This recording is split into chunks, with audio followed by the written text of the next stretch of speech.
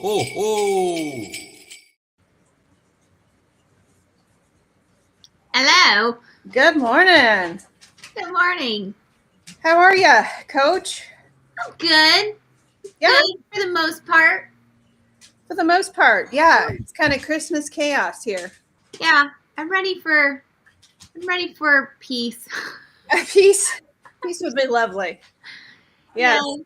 it's just about ready to kick off, and we are off work next week. Yeah. So Yeah.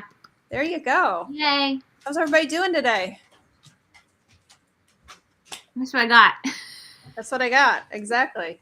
All right, I'm pulling up all of the chat so we can see our people today.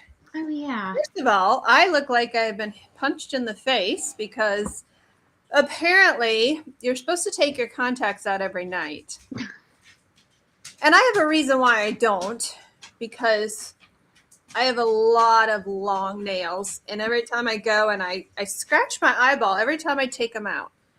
So I don't take my contacts out. I will from now on. I will, because I have been punched in the face with a horrible, I don't know if it's an infection or what, but yeah. So I kind of look like I've been in World War III. Right. But I Yeah. have my coffee. Are you ready for Christmas? I am. Yeah. And I feel like this season right here, this week, I'm not only prepping for our Christmas Eve service, but the boys are finishing up their last week of school. Lots. And it's a lot. Yeah. I had to take Colin to school at 6:30 for band purpose. They're treating the teachers with music and food. Yep. So they were all kind of grumpy getting on the bus today. Oh gosh, I remember those days. Yeah. Even after post empty nesting, there's just a lot of loose ends to tie up. You know, like I was driving home and forgot about my mailman, and I always leave something in the mailbox for him on Christmas, and like I forgot about the mailman. Do I want to go back to the store? And we always go and celebrate our firemen here. I forgot the firemen, and I forgot my nail ladies, and so that's what I was doing this morning, was just loose ends. Loose ends just stressed me out. Forgot about our pastor. I didn't forget about him, but forgot. Yeah, I did. So, oh, good morning, Amanda. It's good to see you this morning. Good morning. You ready for Christmas? You've got a lot. Gosh, there's just a lot. Yeah. And in the process of all of it, my mind is in Mexico right now. So, you know, we're leaving for a cruise, and I'm not ready for that, but I am ready. So yeah, it's a lot. Christmas is tough for a lot of people, and I don't think it's meant to be tough, but we've made it tough, I think. Yeah, that's true. I like the days. Like we had a snow day on the 13th, right? That was we had to cancel. I had to cancel a movie night that I was going to have with my lady girls. My lady girls. That was weird. Yeah. My gals, and we had to cancel that. But it was nice. It was like, this is what Christmas Day should be like where we're getting snowed in, can't go anywhere. Right. And we're just playing. The boys have been playing like checkers with Mark each night. So it's been nice. That's good. That's what it was meant to be. I think somewhere we got it wrong, where it's all of this busyness and hustle, and it's fun. That's the other thing. It's not a stressful time because you want to do all of this stuff, but I think we've self-imposed our chaos, and that kind of bleeds into what we're talking about today. We have oh gosh. Aww. Amanda, that is tough. It is so tough. My mom was just talking. That was the other thing I had to do. I forgot our Shih Tzu had a spa appointment day today. So I used to toss her off and say, hey, can you run her over to the spa? And it's me. It's all me now.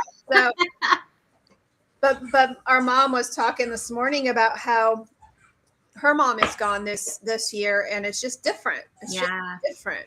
Yeah. So I think it's an important thing for all of you that have lost somebody recently or even a couple years. It's really important to not only take that moment to grieve that loss, but also to take and be okay with that and know that, yeah, I'm okay to be crying. I'm okay to yeah, be it's missing okay to them. do that. But also, I like to share, like, just do something that is a memory. And I said this for Thanksgiving. Do something for Christmas that, like, either it's a tradition that that person loved to do, add it within your Christmas holiday, with your gathering, something of that sort, so that you're not feeling like you're just, I don't know, just missing out on that person 100%. You know, Uh-huh. it's different when they aren't there. Yeah. I get that, but yeah, it's a It's good hard. important thing to remember. It's okay to do that. It's okay. Yeah, and that's what we're talking about today. Yeah. We had a pretty intense, beautiful group, weight loss support group on Monday, and we talked about this very thing about we have been conditioned as a society. When you think about um, life, and you think about how we have been such a medicated society, when something is wrong and we feel those feelings, let's go medicate them, and let's go fix it, when what we're really supposed to do is we're supposed to have those feelings. We just can't stay stuck there, and that's where we get messed up, I think, as a society, is we are so afraid of pain, or pain has become so normal to us that we just automatically go get medicated, and we don't, and it's like doctors, pharma don't want us to feel anything. Mm-hmm. And if you miss a stage of grieving, if you miss a stage of feeling, and that is exactly what's happening right now in the weight loss world, is we just want to medicate so fast and have this weight come off so quickly that we skip the healing part. And if we don't go through the healing part, we have not healed wholly. And that's when the weight rages back. That's when, that's when we go back into our old lifestyle, because we have not healed wholly. And so, our message today is you have got to feel to heal. If you don't feel, you're skipping part of your journey that on the other side of it is going to set you back, and you will regain the weight. And so Monday, we worked with our clients on what does that look like to heal wholly? What does that look like? Do we avoid the valleys, and do we avoid it because we don't want to feel, or do we deal with it? And sometimes you and I work with clients every day. Sometimes that means putting the weight loss on hold so that we can work through, say, trauma. Mm-hmm. I would say a good portion of the clients that we've worked with in the past and currently have some massive childhood trauma, and we haven't dealt with it. But dealing with it is hard, and dealing with it hurts. Healing is messy. And so that's what we want to talk about today. You want to kick us off, Darce? I think I kicked us off, but you want to continue the ball down the field? No, you can do it. You take us and I'll follow. Yeah. Well, one of the things that we talked about is, number one, accepting and really being okay being in the valley. So let's just spend a little bit of time working in the valley portion of it. What does that look like, Darcy, when we work in the valley? What does a coaching session of ours look like in the valley? The valley is, typically the idea, the valley is very, it's draining. It's kind of, it puts your emotions, like you were saying, it takes your emotions in a role that we don't like. It keeps us uncomfortable, in a lot of ways, where we don't like to feel sorrow. We don't like to feel anger. We don't like to feel frustration. But yet when we're there, we look to things physically to help us out, Mm-hmm. to get us out of that funk. And usually, and knowing for my perspective in my life, I turned to food for Mm-hmm. comfort. Instead of taking that time to even finding that accountability partner just to talk it Mm-hmm. out. Yeah.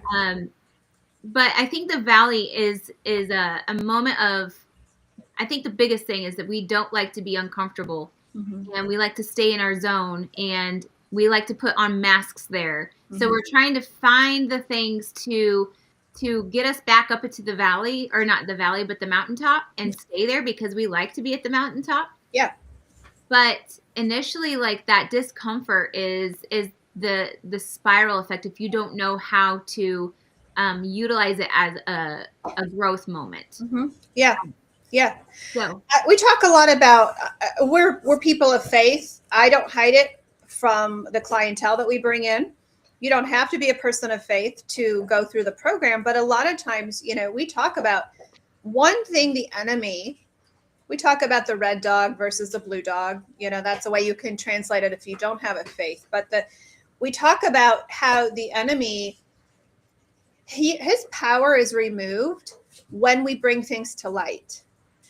And a lot of times, I'm going to say it's a majority of our clients have hidden things, and they've stuffed things. I stuffed things through food, and I would eat sugar because it's a chemical that lights up the dopamine in the brain. So you can mix the science and you can mix the spiritual part of this, because sugar literally lights up the dopamine pathway, and you feel better for about 21 minutes after you've had that dopamine hit. But what happens is, when you crash, you go back into the valley, and it's a cycle. It's if you think of a circle, it's a cycle of hit that dopamine with some sugar, feel better for 21 minutes, you start to fall again, and you start to feel bad again. And so you know exactly what it's going to take to get you out of that feeling of hopelessness. And so you have some more sugar, and it's a cycle. And that is what has caused, I think, the obesity epidemic in our nation, is that we have not dealt with it. The enemy hates things in the light, hates it. I mean, you think about, I use the word, the example of cockroaches. When you turn on the light, they run, right? mm-hmm. The same thing happens is when you turn on the light, you expose that. And sometimes healing is just a matter of admitting. Same with Alcoholics Anonymous. The first step is acknowledging. And I remember, talking with my pastor one time about a situation that I didn't want to deal with. And I'm like, he said, okay, now you've done a great job on the outside. You lost the weight, all of that. Now it's time to go and dig a little bit deeper and expose the reasons. And I'm like, I don't want to go there. That'll open a can of worms in my life. And he said, Monica, a can of worms turns into maggots. So they don't go away when you don't deal with it. Here's the problem with the GLP-1. There's a lot of problems with GLP-1, the GLP-1. But one of the problems is, sorry, the dog is clunking on a bone behind me. But one of the problems with the GLP-1, and I personally can speak into this because I experienced it, and a lot of people know my GLP-1 story. I had already lost 130 pounds. But I saw this wave of hurt coming when the GLP-1s got popular. I saw this wave, and I'm like, I've got to be able to meet my client where they are if they're on a GLP-1. I have got to figure out how we can have these clients not gain the weight back, because that's the problem. You're on the shot, you lose the weight, you stop the shot, the weight comes back plus 20 extra pounds. Sometimes 80 extra pounds is what we're finding. And so I'm like, I got to get ahead of this in my practice. If we're going to survive as a practice, I've got to get ahead of this. And so I had a doctor put me on it for about I think it was about 9 months total. And something happened that was very, very scary when I was on it. I call it the gray zone. I did not feel depressed, as a lot of that, what those feelings of depression bring. And just, I did not feel that, but everything in my life went gray. I saw no color. I saw nothing. And the outlook, it was a very, very scary experience for me. And a lot of people get the euphoria when the weight first starts to come off and something happens. And I think it's a chemical thing that happens with this GLP-1, but something happens and it's like somebody turns the lights off, somebody turns the color off in your life. And it was almost paralyzing. I couldn't process my thoughts. I couldn't process my fears. I couldn't process my joy. I couldn't process my sadness. And this is something that is very scary if you forecast what's happening in the GLP-1 world. And the weight, I had about 20 pounds to play with, so I didn't get on it. I was not at my goal weight. And so the weight came off. But then I entered this season of darkness and gray. And it hit me, and I've been thinking about this the past month for our practice, because if our clients are not willing to do hard things on the emotional side, we work physically, we work spiritually, and we work emotionally with our clients. If they are not willing to confront the trauma, if they're not willing to confront the stress, because a lot of people have a lot of stress, if they're not willing to confront that, they don't heal.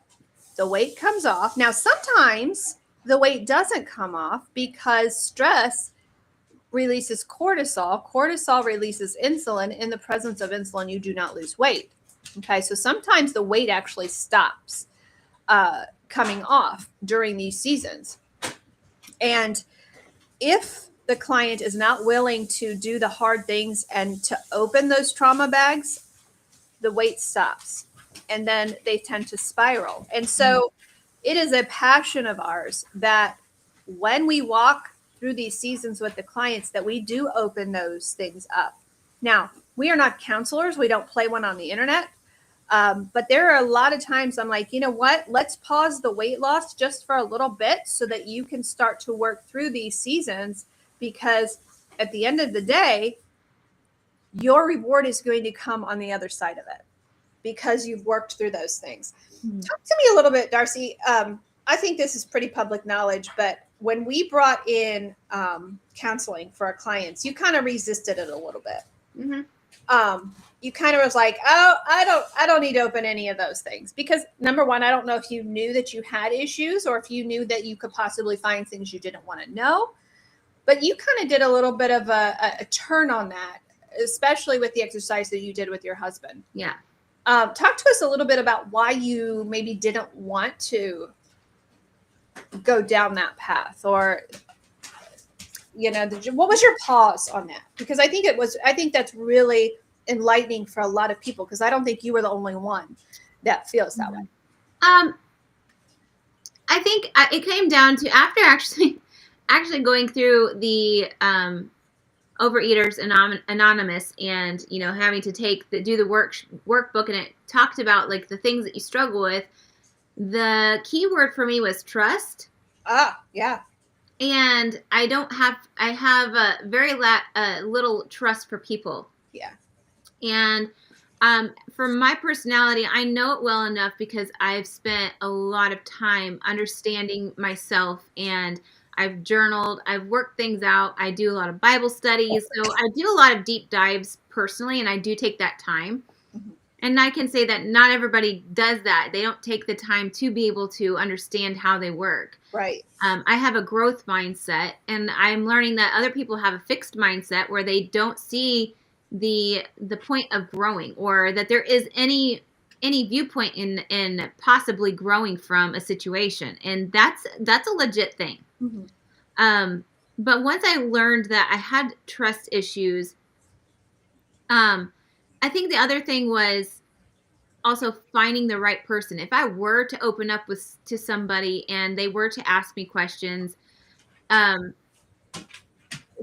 that person, the right person that not only agrees with my religious beliefs, but also is not trying to change me, enlighten the areas that I don't really understand 100%, and make me start believing that I'm broken, or that I don't even know if that's even a thing. But I don't feel like I'm broken. I think that I have gone through a lot of things in my life that I can overcome. And not everybody also has that mindset either. So you started personally, even before your journey in this and what your husband and you just did. You started by journaling. Yeah. And so when we say therapy, air quote therapy, when we say all of that, it doesn't necessarily mean you got to go sit in a shrink's office, right? Yeah. Right. You learned a lot about yourself just by journaling and going through the 12 steps with us. And so I think a lot of your healing began then. Mm-hmm. And then you were like, oh, okay, I get that about myself. Well, that and the fact that, like, if you don't know where to start with journaling, because there's a lot of people that don't like to write.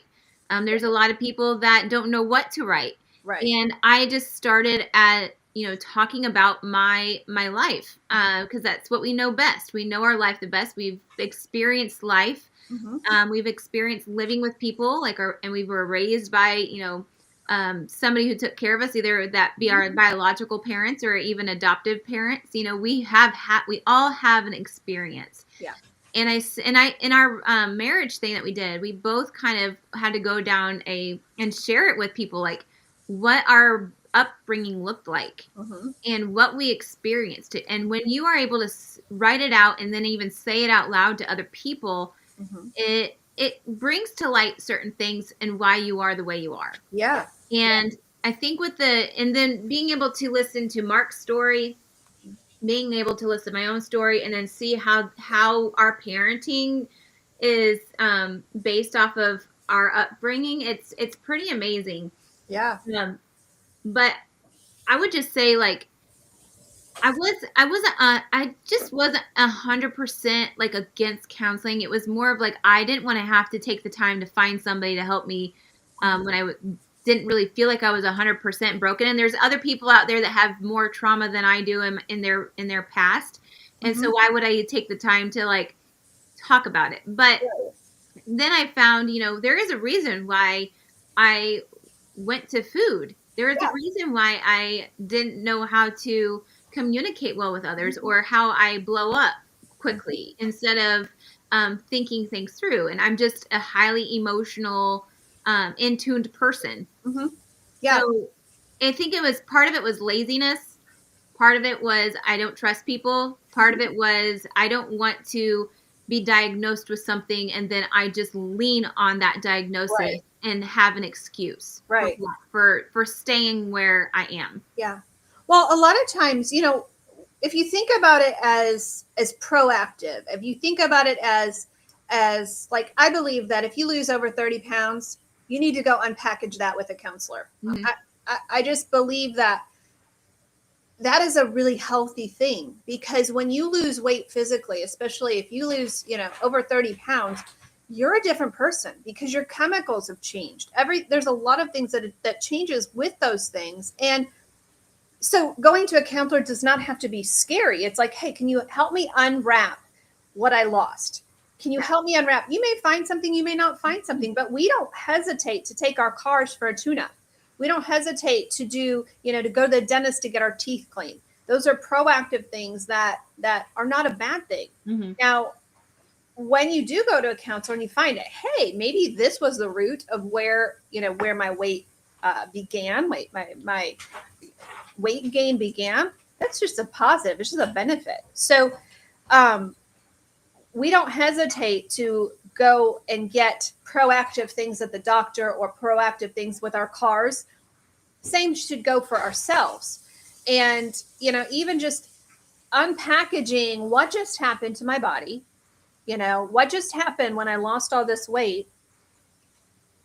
It's a good thing. It's absolutely a good thing. And that's part of your healing process. When you lose weight so quickly, you don't sense that. You don't go through that. It's like a 3-legged stool. I added a 4th leg, with the social aspect. But it's like, if you don't fix your body, mind, and spirit, and you don't fix, say, the spirit part, that stool is not going to stand. It will stand for a little bit. It'll wobble for a little bit, but it will not stand. And so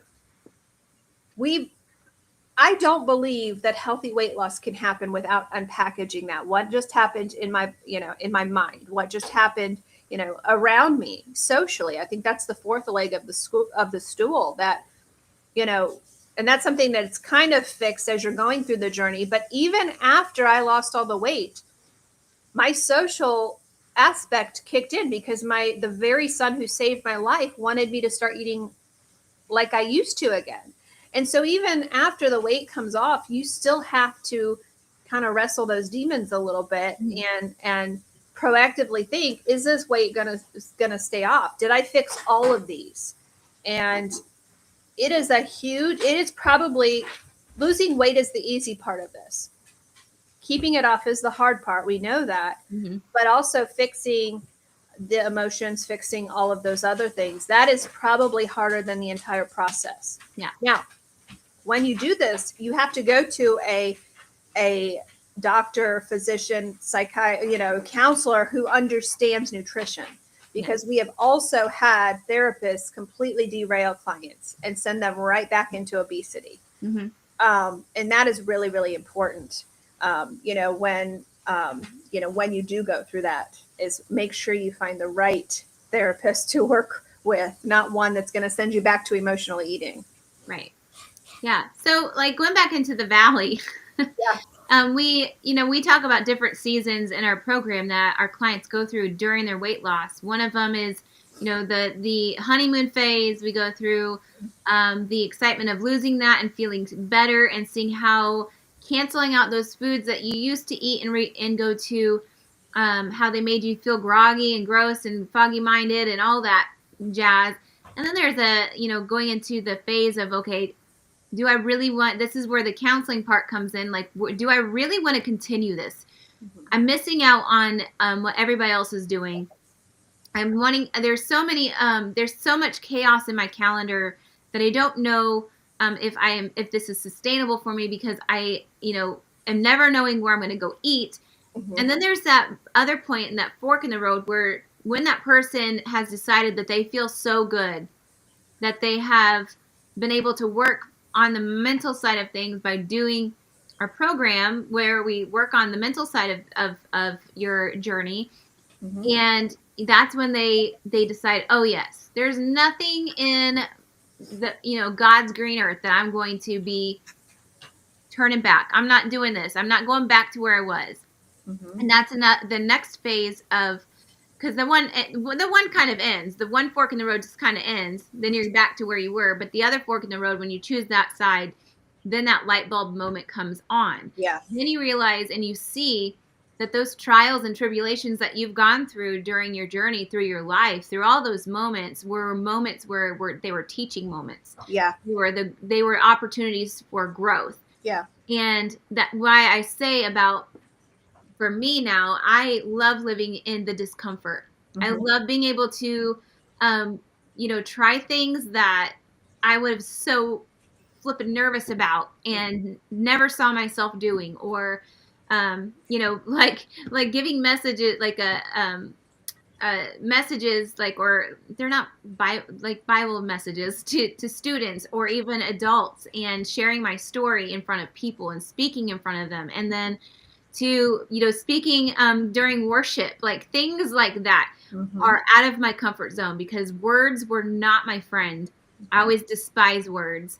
And now I've realized, words can be your friend as long as you, practice that. And you are out, when you practice that, means you're outside of your comfort zone. Mm-hmm. And so when you start to then practice that, you get to normalize speaking in front of people, or whatever things make you uncomfortable. Calling somebody on the phone, that's another one I don't like to do.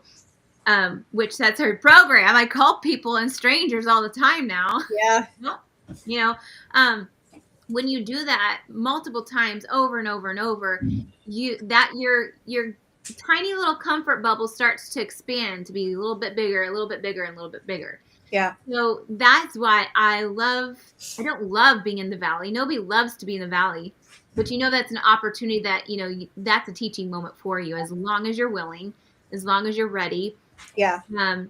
Well, I think people on the GLP-1 get stuck in the honeymoon phase. Yeah. Because they don't feel feelings. They get stuck there. And when you get stuck there, what happens again when the shot stops? Yeah. You crash. And there was a season when I first started the practice where I was living off of the honeymoon phase, and suddenly in the world's eyes I became average again.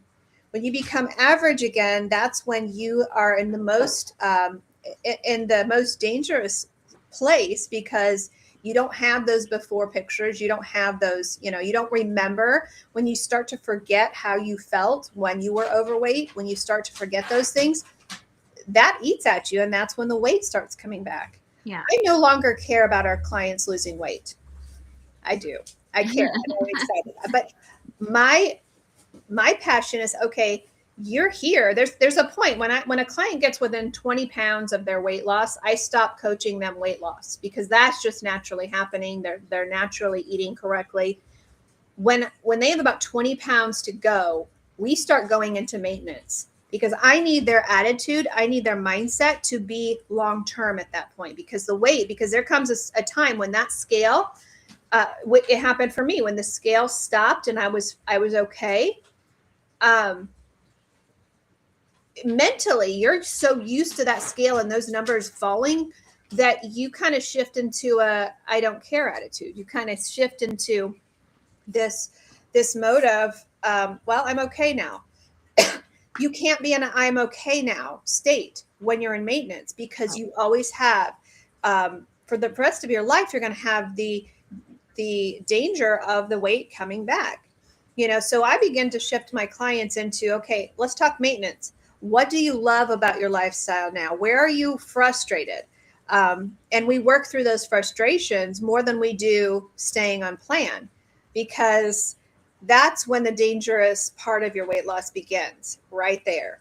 Yeah. And so again, and during this season, maybe this season, when we have about 20 pounds to go, maybe this season is the appropriate time for the counseling to come in, for you to start to unwrap, because you want to unwrap those.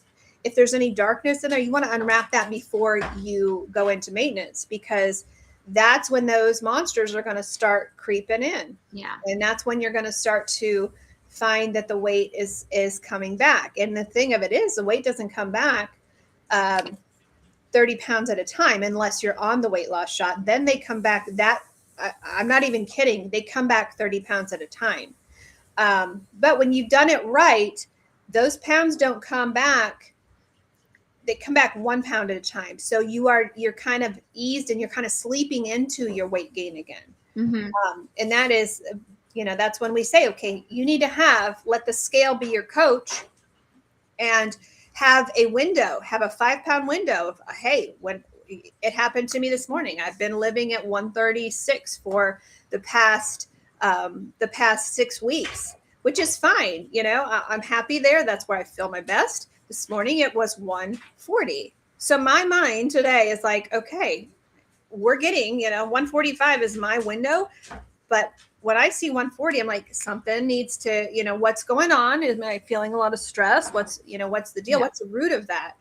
And I push it back. I just bring it back. Yeah. But it's Christmas. I have helpers behind me helping. But yeah, that is, but again, I don't fear that scale. I just let it coach me. Yeah. So, all right. Let's go back to talking about the chemical reaction of your brain. We talked about this a little bit last night, and I thought it was an interesting point of view that on chemically what the GLP-1 is. When you're talking about like the gray area and you're feeling numb and not having emotions, and even when you decide that you feel, a little down and depressed, or you don't know how to sort out all the emotions and the chaos that's going on in your life. And so then, you choose to use a medication. I know for a fact, like the GLP-1, and a disclaimer, I understand that there's some people out there that definitely need medication. They're not just medicating yeah. So that's a disclaimer. I get that. Anyway, wanted to say that. But with the chemicals in the GLP-1, we're using Gila monster venom, Mm-hmm. you know? And so when you're thinking about putting venom and the fact of what venom is actually used for an animal, they're utilizing that to, when they bite their prey, to numb their body so that they don't squirm and they're not trying to move and they're not trying to run away from them. Yeah. And even if they do release that venom in there and they do get out, they will slow down and they're going to start to feel the effects of the venom and go numb. Mm-hmm. You're putting these toxins in your body. Is it on a weekly basis? I don't even know. Yeah, on a weekly basis. On a weekly basis. Mm-hmm. So on a weekly basis, you're putting venom in your body. And do you just imagine what this is doing to the nerves in your body, to the hormones in your body, to the organs in your body? Like, I think it can be some benefit to chemical, like how they use the chemicals in the shot for targeting the fat and targeting the, well, in this case, also muscles. Like, so those cells are being destroyed, but you're getting numb. Like, you're mentally becoming numb because this venom doesn't just go away. It doesn't just go in there and it's not a part of this compound that you're, of a shot that you're putting in your body, but it is numbing. Not just the fat and the muscles. It's numbing your brain. It's numbing, or not just your brain, but your nerves. Right. Function, your brain, your gut, all of those things. Yeah. So if you think about why these things are working the way that they are, if we step outside of the box and think, okay, why am I not as hungry? Mm-hmm. Why am I feeling this gray area? Why am I feeling certain things? Like, I guess you were talking about your vision and how your vision was declined. Like, there's so many things about these shots. So the reason why I bring that up again is just if you are in that fork in the road and you're trying to decide whether or not to stay focused on, hardcore eating food that is healthy for you versus, the fear of missing out on life in general, what everybody has to offer. I mean, I see Facebook and Instagram where you scroll and there's all of these delicious cookies being made right now. You see all these recipes for Christmas that are being made and you're like, oh, I'm going to make that. A lot of those are like buying boxed food and putting them together into making another ultra processed food treat that you're going to gorge in and you're going to eat it. You're not just going to share it. You're going to eat it yourself. And then you're probably going to have leftovers and then you're going to eat that too. Mm-hmm. So just thinking about the domino effect of the choices of putting a little bit more effort in and acknowledging that there is an issue, acknowledging that, you can't be controlling what goes into your mouth very well. Right. You can't be controlling all the emotions and the chaos that is going on right now, and it's overwhelming, and you just can't. Right. But actually taking the time and putting some effort into taking time out for yourself to heal yourself. That's one thing that people that have their calendars full don't want to do. And I think it's a form of a mask. It's a form of, like we talked about the rug last night. I always think about the junk closet too, where we're so chaotic and we're so busy and we don't have time to assess how we're actually feeling and we don't have the time to put an actual emotion to what is happening in that situation. And we just say, I'm fine, everything's fine. That's a mask, y'all. If you're saying, I'm fine, everything's fine, but you're not, you're actually going to explode inside. Mm-hmm. You're just putting it underneath the rug. And as that rug gets full, that rug starts to build up. And it comes to the point where that rug is only a certain size. And so once that certain size has been filled, it's going to start spilling out. And then that's where the chaos is. Like, you have done so much that you don't even know where to begin. Yeah. And the same as a junk closet, we like to throw things in junk closets, junk drawers. There's a point in time when that junk drawer doesn't close because it's so full of random things and you don't know where to start. Mm-hmm. So that's where, working things out, writing it out, talking to a counselor, talking to somebody that is trustworthy, that's not trying to fix you, but is actually trying to hear you and listen to you. Yeah. And not trying to, like, when they do hear you, and they are trying to like give a suggestion, that they're not taking you down the wrong path that's going to just demolish maybe a relationship, or demolish a friendship, or start up a gossip conversation. Just choosing that right person is really important. So Yeah. Yeah.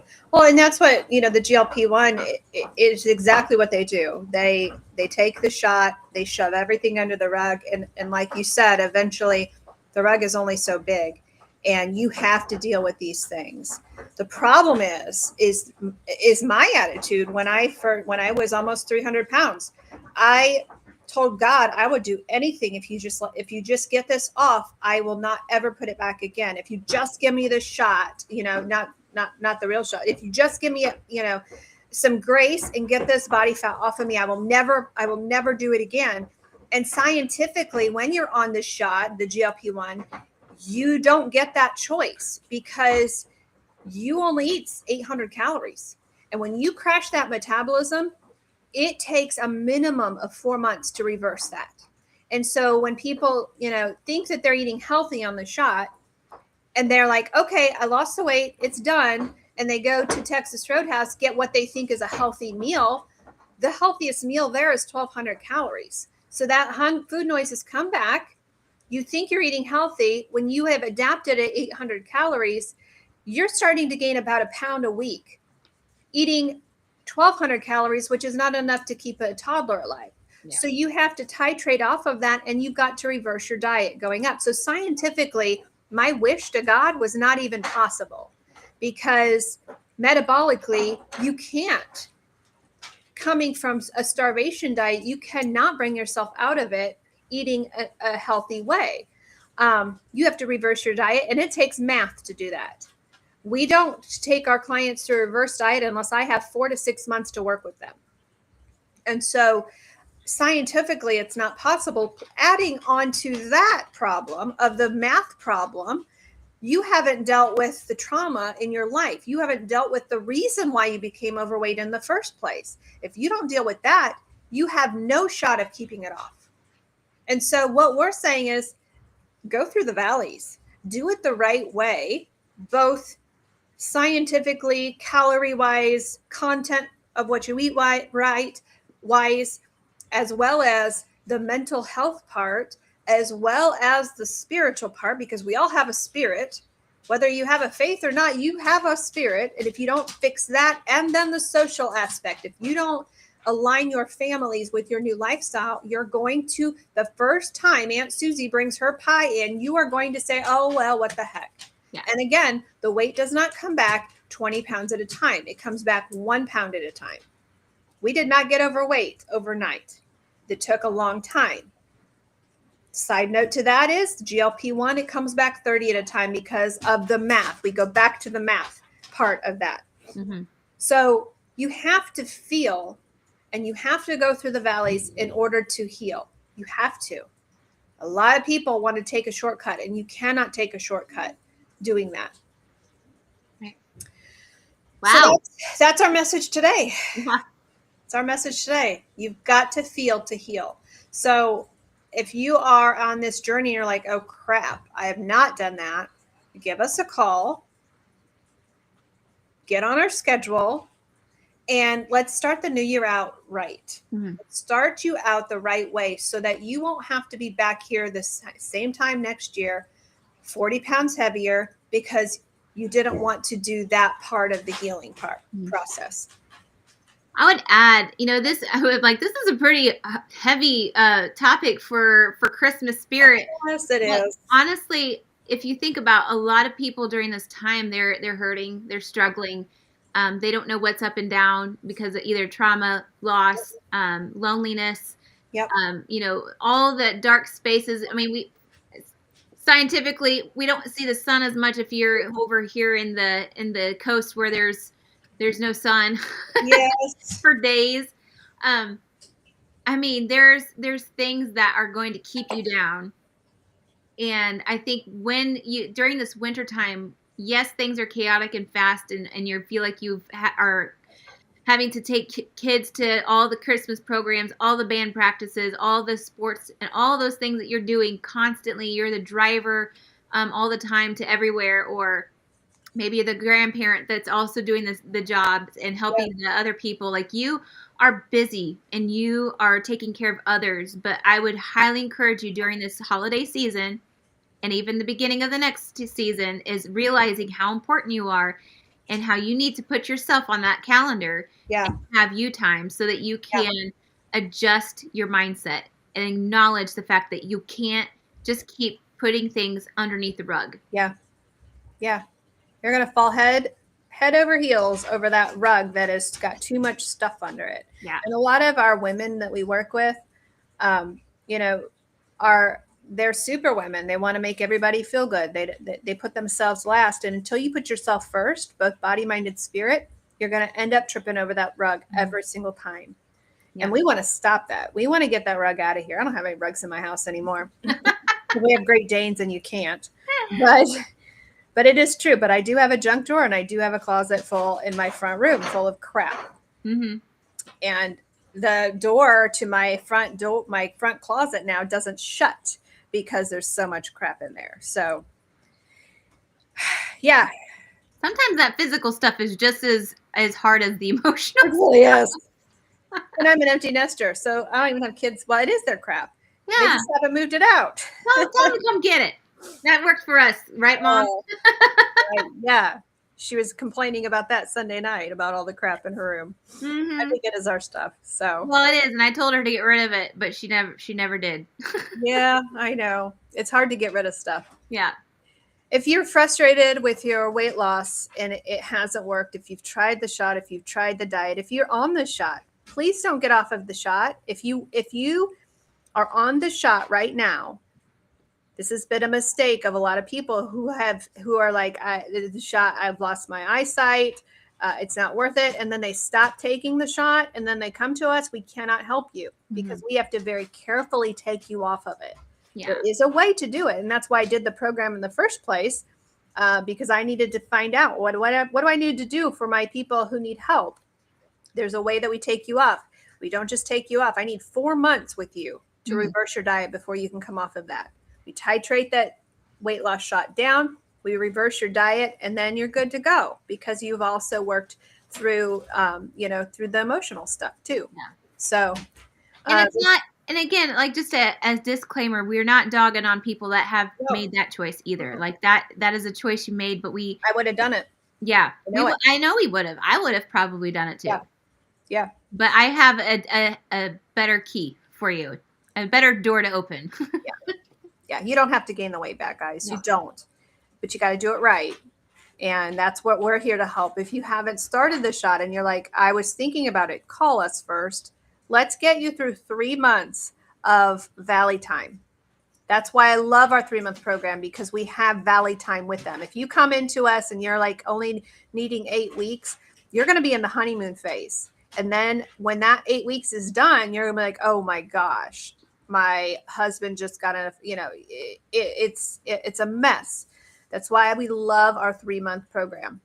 Yeah, because we can walk through the valleys with you. So, yeah. Are we going to be here next week? I don't know. We kind of closed the doors. We did. We shut the doors. We may come on live on a Monday. We're going to only be coaching on Monday. And then we've got a couple weeks here where you will probably miss us because we will be on a ship in Mexico somewhere.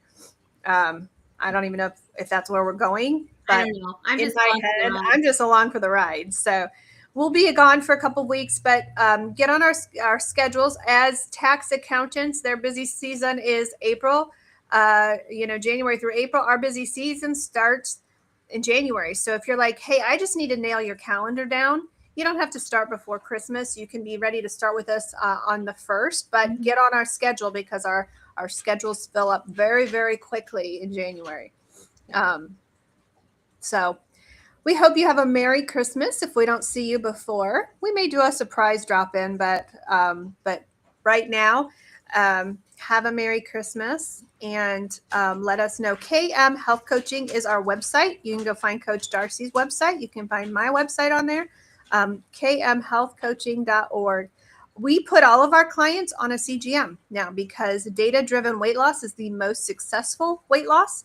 If you're on it, here, I've heard a complaint of people who have watched us and are like, oh, CGM, that's going to make me lose weight. No, ma'am. It doesn't. No, there is a way that you lose weight on a CGM. We walk you through that. If you're frustrated because you're on a CGM and like, well, they said weight loss would happen. No, there is a specific method that we use with the CGM. The CGM does not release body fat from you. You release it from yourself, but we use the CGM as accountability. You got a 24/7 coach on you. Those people who are on the CGM and they're not losing weight, that data point is just screaming out, hey, you need a coach so you know what to do with these numbers. Yeah. So, all right. Well, we will see you probably the first of the year, pending a surprise visit from us on Monday. But we will see you next time. Next time. See you later, guys. Bye.